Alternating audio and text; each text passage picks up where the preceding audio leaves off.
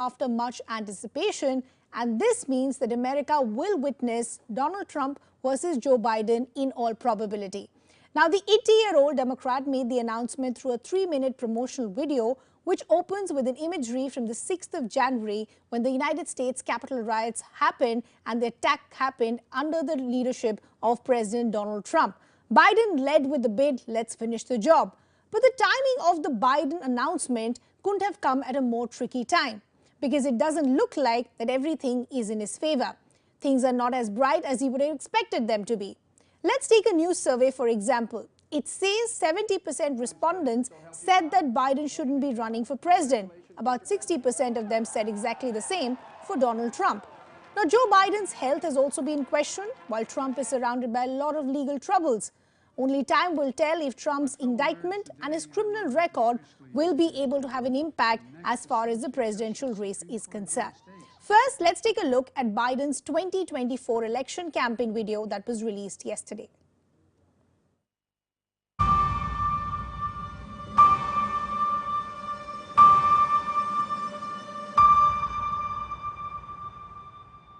Freedom,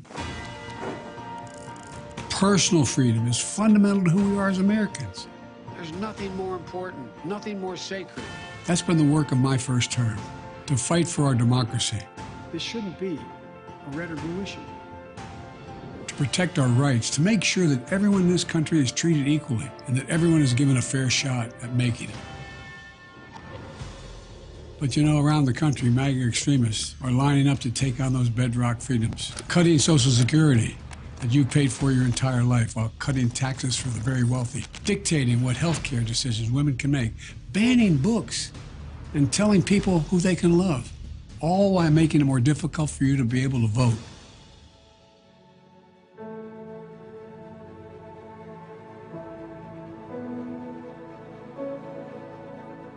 When I ran for president 4 years ago, I said we're in a battle for the soul of America, and we still are.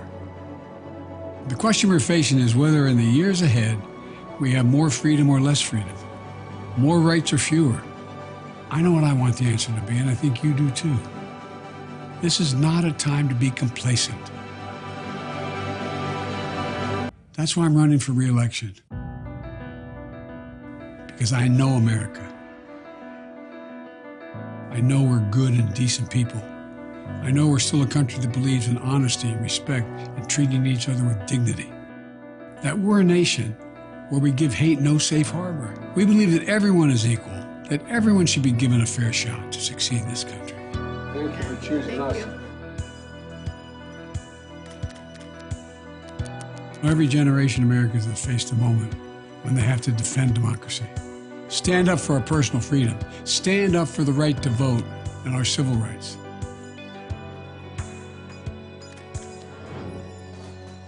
And this is our moment.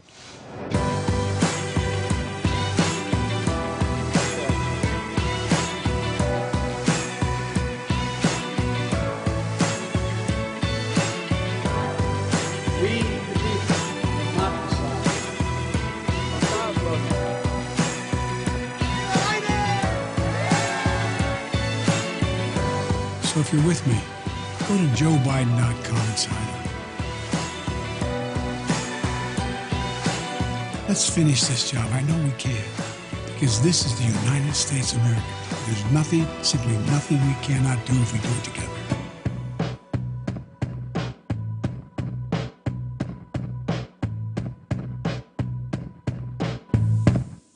Let's finish the job is what the re-election video of Joe Biden says. Let's also now bring in our guest. We have former diplomat Prabhu Dayal now joining us. So good to have you with us on the broadcast this afternoon. Is it almost now given that it's going to be Trump versus Biden, or could we still see a last-minute candidate?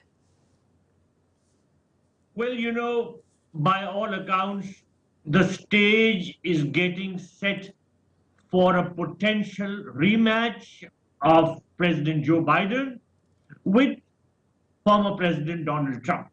There are, of course, some others who are in the fray and who are contenders.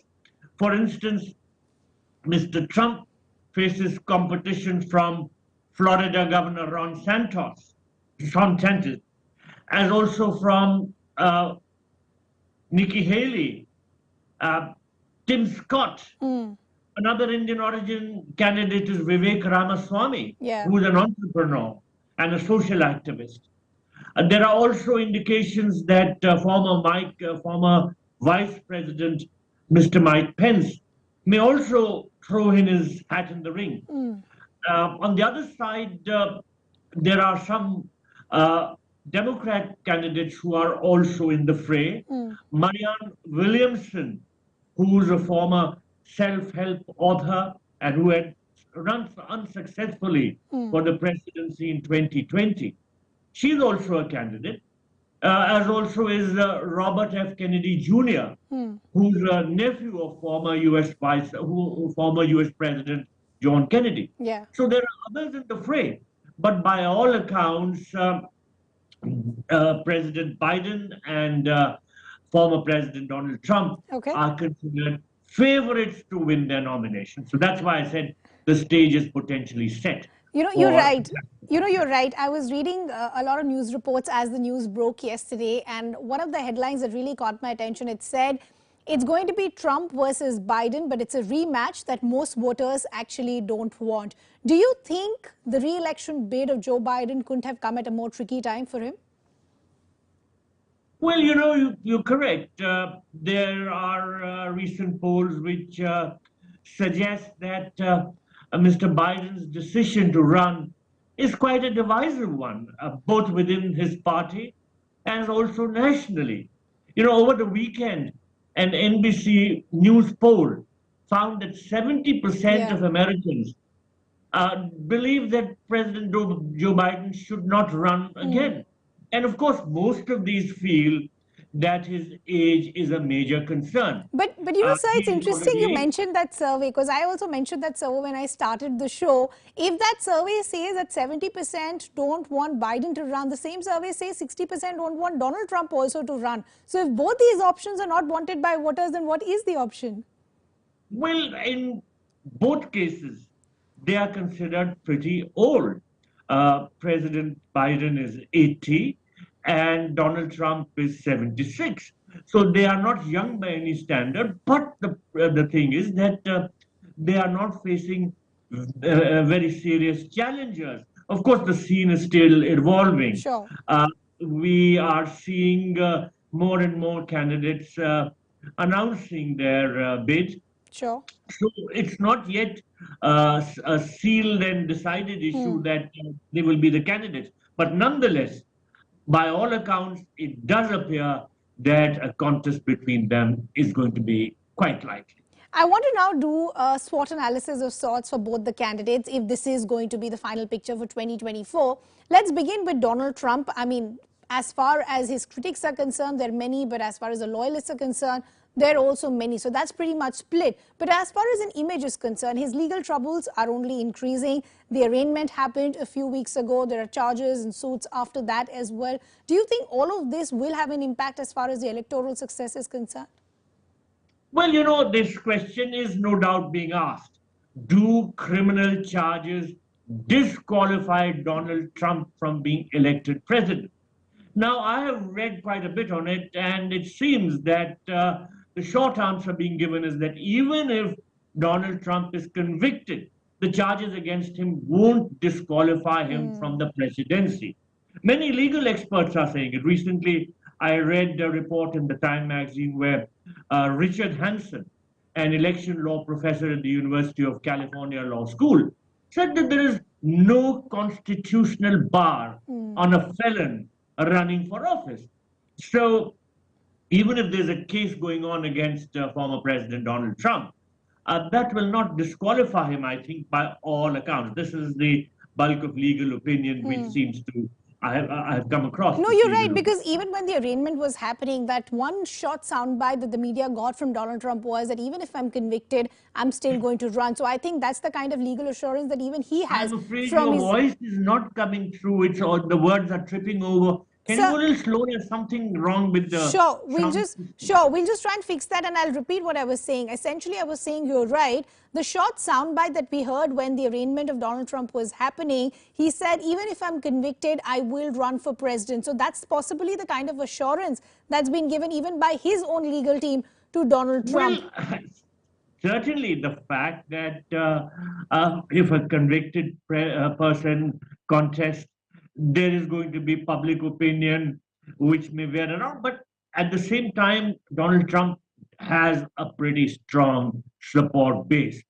And that support base is unflinching in regard to the fact that it wants Donald Trump to run for presidency and even win the presidency.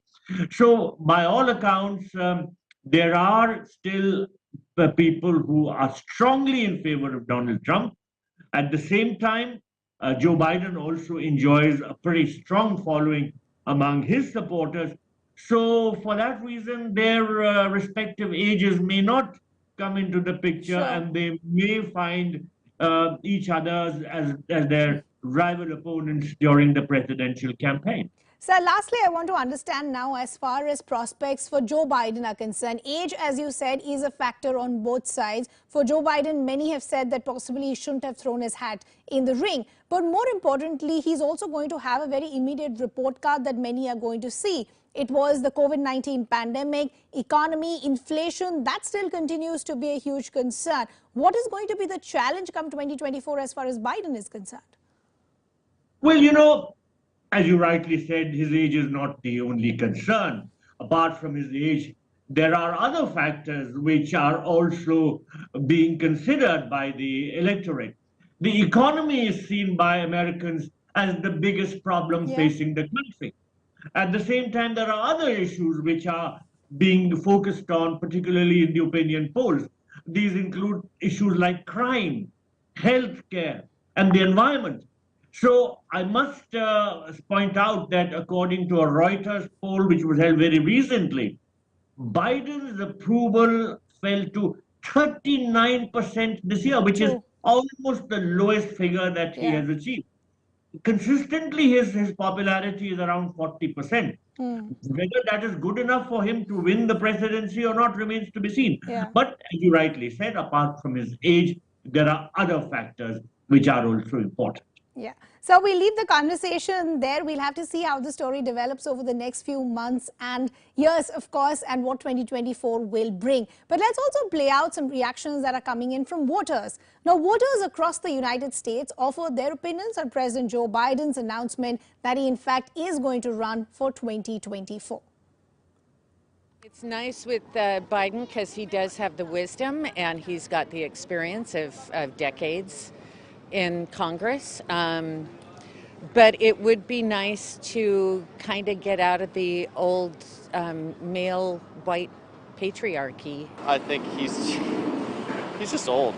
Don't think he's has the capacity to finish this term. I wish. Sorry. I'm really excited. So I'm super excited that he's running this term. Primarily because, as a gay man, a lot of my rights with the other parties can be in jeopardy. I would prefer some totally different people be in those things. We've seen what we've had in those choices. We know what is there. My initial thoughts are I'm actually a little bit indifferent. I really haven't seen a lot of the policies and things that he was stating while he was campaigning. So, I'm kind of at the point where I really don't care. When I'm running that. I think it's wonderful.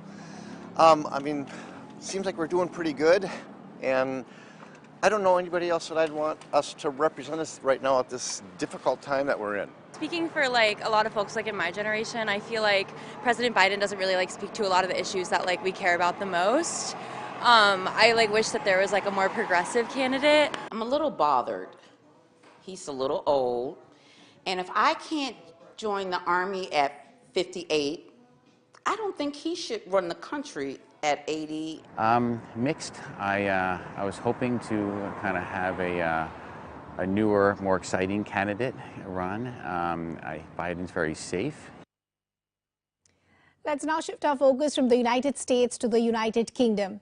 The drama around the royal family just refuses to die down, even at a time when the UK is preparing for the coronation of King Charles III. A significant portion of the young population actually wants the monarchy to end, and this is as part of a survey that has been done. So as we pointed out, as the United Kingdom is still decked up for the coronation that will take place for King Charles III, a survey by YouGov now suggests that 40% of the younger population, in fact, wants the monarchy to end.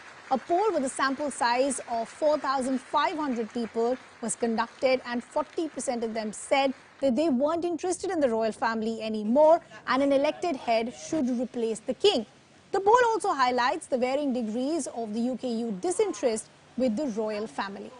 Let's also now bring in our colleague Sanjay Suri is now standing by to help us understand why is there a sudden shift as far as the interest in the royal family is concerned. Sanjay, is it because the Queen is no more and the Queen was the symbol of the monarchy for generations together, and it's very difficult to digest the fact that somebody has been replaced and thus the interest is now fading? Well, you know, the institution of monarchy was never quite separate from the late Queen for generations. 70 years, she was a very constant and stabilizing factor in public life and perceptions. And she was a much loved figure. She was quite genuinely liked. There's nobody who had a bad word to say about her. Now that has changed. This is not just about the fact that King Charles is personally less popular, which undoubtedly he is.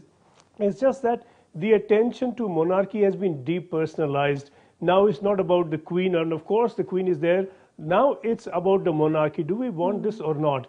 The figures that you describe clearly point to a great deal of disaffection amongst the young particularly. And a lot of the young quite actively oppose the monarchy, but almost twice the number that you describe, closer to 80%, say they are quite indifferent, which means they're simply bored. Yeah. They simply couldn't care less one way or the other.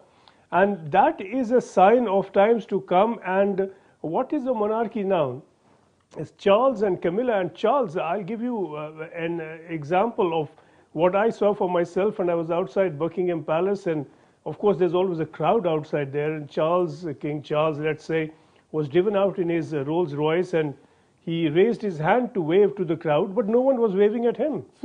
This kind of scene would have been unthinkable for Queen Elizabeth II.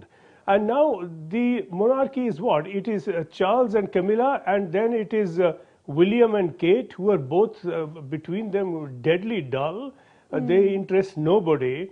And then you have Harry on the side and Andrew on the side, who have been excommunicated. So this is all that there is now of the royal family, and there's not a lot of excitement around it. Yeah, I agree with the point that you're making, Sanjay. And you know, this has been a debate for the longest time, that is it time for the royalty to go? Because the younger generation also wants to raise questions as far as where is their hard-earned money going, why are they paying taxes, so on and so forth. And as you said, the personality that represented the royalty for the longest time, that kind of passion or interest is not seen. And then, you know, you already have controversies between family members, Harry and Meghan, William and Kate. Has this been a concern that even family members within the royalty realize that that kind of fandom, if one had to say, is dipping? Very clearly. We have a very active PR machinery working for King Charles. He goes here and there, and they are putting out notes, trying to get people to go, trying to get him to be popular.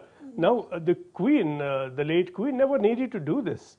And this is, for a start, a sign that King Charles seems to be needing some sort of a boost. Well, I'm king, I'm the monarch.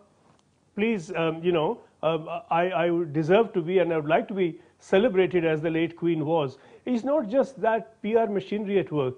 A lot of places where King Charles has been going, he has been met with demonstrators. People have been coming out and raising slogans and carrying placards against the monarchy. Again, unthinkable in the time of the late Queen. So he's not just unpopular, he's being resisted very actively on the streets.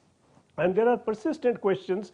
Where is all this money going? Why is the government spending so much money on this royal tamasha? And royalty itself has so much money. By one estimate by The Guardian a few days back, worth 1.8 billion pounds. Now, where is all this money coming from? Where will it go? Where is the accountability? It's all a very opaque system. People are left guessing how much money there is, and people are saying increasingly and increasingly more loudly that this is not the way it should be. Sanjay, I also want to understand something. This is something that you said before. Is it now fair to say that the third problem, but just a problem as far as what the royalty represents? Because many had possibly discussed that it was just that the younger generation now wants to see a younger face because the connect will be better. So do you think things will be better once maybe William takes over, or is it just overall the sentiment against the royalty? You know, William is not likely to be opposed very actively because he's simply such a very boring figure. Amongst the royalty and the lineage that we've seen for some generations or even centuries now, it's hard to think of a royal figure who arouses less interest than does personally William, and the very correct and publicly presented correct picture of him and Kate. But there is now a question about also the whole trappings of royalty. Of course, the coronation is going to be a very grand spectacle and very well choreographed, very carefully choreographed. And this kind of spectacle Britain does well. It's hard to think of another country that presents such a spectacle, whether it's a coronation or a wedding or a funeral even. So this kind of thing Britain has worked out very well. But increasingly people are beginning to think that there's a cost to this, and who is paying the cost and why? Yeah.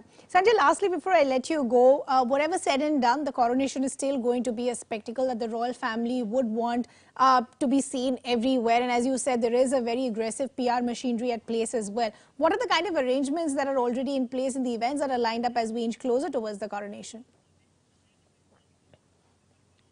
Well, for a start, it's a coronation weekend. On the 6th of May, which is the Saturday, we'll have the coronation, and we will have the procession from Buckingham Palace to Westminster Abbey, where the coronation will take place, and the ceremony will be within Westminster Abbey. Again, it's a very poignant ceremony. There's a lot of tradition behind it. There'll be a lot of color, a lot of ceremony, and also solemnity to be blessed by the Church of England. And more potently, the procession following the coronation, because that's when King Charles III would have been anointed. So the procession on the way back will be of greater interest.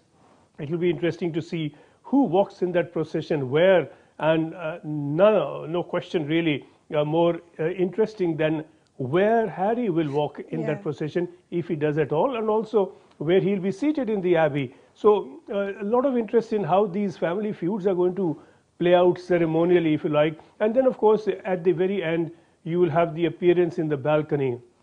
That balcony appearance is a much reduced appearance now. The Queen is no more. Harry won't be there. Andrew won't be there. Charles, Camilla, William, Kate, a few grandkids, and that's about it. Yeah, and I read somewhere that it's a possibility that Harry actually could be sitting as far as the 10th row, and he'll possibly have a very quick entry and exit. So we'll really have to see how that plays out. Sanjay, always a pleasure speaking to you. Keep tracking those developments for us. The next week is going to be all about as far as the royal family is concerned. We're shifting our focus to some other stories that we are tracking. 11 bodies, including that of a child, were recovered by the Libyan Coast Guard after a migrant boat capsized off the coast of Garibaldi near the capital, Tripoli, yesterday. The migrants were from Pakistan, Syria, Tunisia and even Egypt. The boat, which was heading towards the Italian coast, was carrying 78 people. 67 people were rescued by the Coast Guard, who are all now back on the shore. The boat was heavily overloaded, and despite the migrant request to lighten the load, the boat driver turned a deaf ear. This year takes the toll to 57 after 2 boats sank in the Mediterranean Sea of different towns in western Libya. Pictures were posted online by the Sabrata Red Crescent Agency showing bodies in black bags being placed at the back of pickup trucks by aid workers wearing face masks and even gloves. The International Organization for Migration said this month that 441 people had drowned in early 2023 while attempting to cross the Mediterranean from North Africa to Europe, which happens to be the most deaths over a 3-month period recorded in the past 6 years. The central Mediterranean route remains the world's deadliest migratory sea crossing. Now let's really understand why is there a crisis as far as Libya is concerned. Dozens of bodies washed ashore in western Libya after 2 boats carrying migrants sank on Tuesday, according to the Coast Guard. Bassam Mahmoud from Egypt is among those who survived the trip. He says there were about 80 passengers on board, destined for Europe. An argument broke out while the boat was sinking, he says, but the man in charge refused to stop. A child was among the bodies recovered, according to the Coast Guard. The migrants were from Pakistan, Syria, Tunisia, and Egypt. A Red Crescent aid worker said dozens more were recovered in western Tripoli in the past 6 days, all from one boat. They said they expected to find even more bodies in the coming days. Let's now understand deeply as to why is there a crisis in Libya. Now, as you would know, that abuse has already peaked against migrants in Libya. Refugees have also been ravaged in conflicted areas around Libya. Lawlessness, impunity has also allowed gangs to thrive. Migrants and refugees today are having to live in fear of gangs. And that's because gangs today are beating, selling and even kidnapping Libyan refugees. Refugees today fear famines, war and even a persecution. Scared refugees today are making desperate fleeing attempts. They're risking lives and hopes for a better future. But challenges are many. They're finding a way out harder because the EUC route that is blocked. Intercepts put in place to spot fleeing migrants, intercept spot refugees, force them back into Libya, which means 60,000 refugees have been sent back to Libya since 2016, and that's the data that we're getting from Amnesty. 5,709 vulnerable refugees evacuated from Libya since 2017. Shifting focus then, some news coming in from the world of cryptocurrency. As per a recent report by the Standard Chartered, there is some good news as far as the rise of Bitcoin is concerned, because that report now says that Bitcoin could reach $100,000 by the end of 2024, and it says that the so-called crypto winter is now over. Bitcoin could gain from factors including the recent turmoil in the banking sector, stabilization of risk assets as the United States Federal Reserve ends its rate hiking cycle, and the improved profitability of crypto mining. Now remember, Bitcoin has rallied so far this year, rising above $30,000 in April for the first time in 10 months. Its gains represent a partial recovery after trillions of dollars were wiped from the crypto sector in 2022 as central banks hiked interest rates and a string of crypto firms imploded. Now the gains came after a 65% drop in 2022 when approximately $1.4 trillion was taken out of the crypto market due to industry bankruptcies. The failure of major crypto exchanges like the FTX and other blockchain platforms also resulted in this slump. Now, the report also further says that following the recent instability in the stock market caused by the United States financial crisis, some analysts believe Bitcoin may acquire increased appeal as a safe haven for investors. If there's anything, the crypto winter has shown us that it is the volatility of crypto, especially with altcoins, investors and adopters need to be very careful. Well, with that, we're completely out of time. We're leaving you with this. Thanks a lot for watching.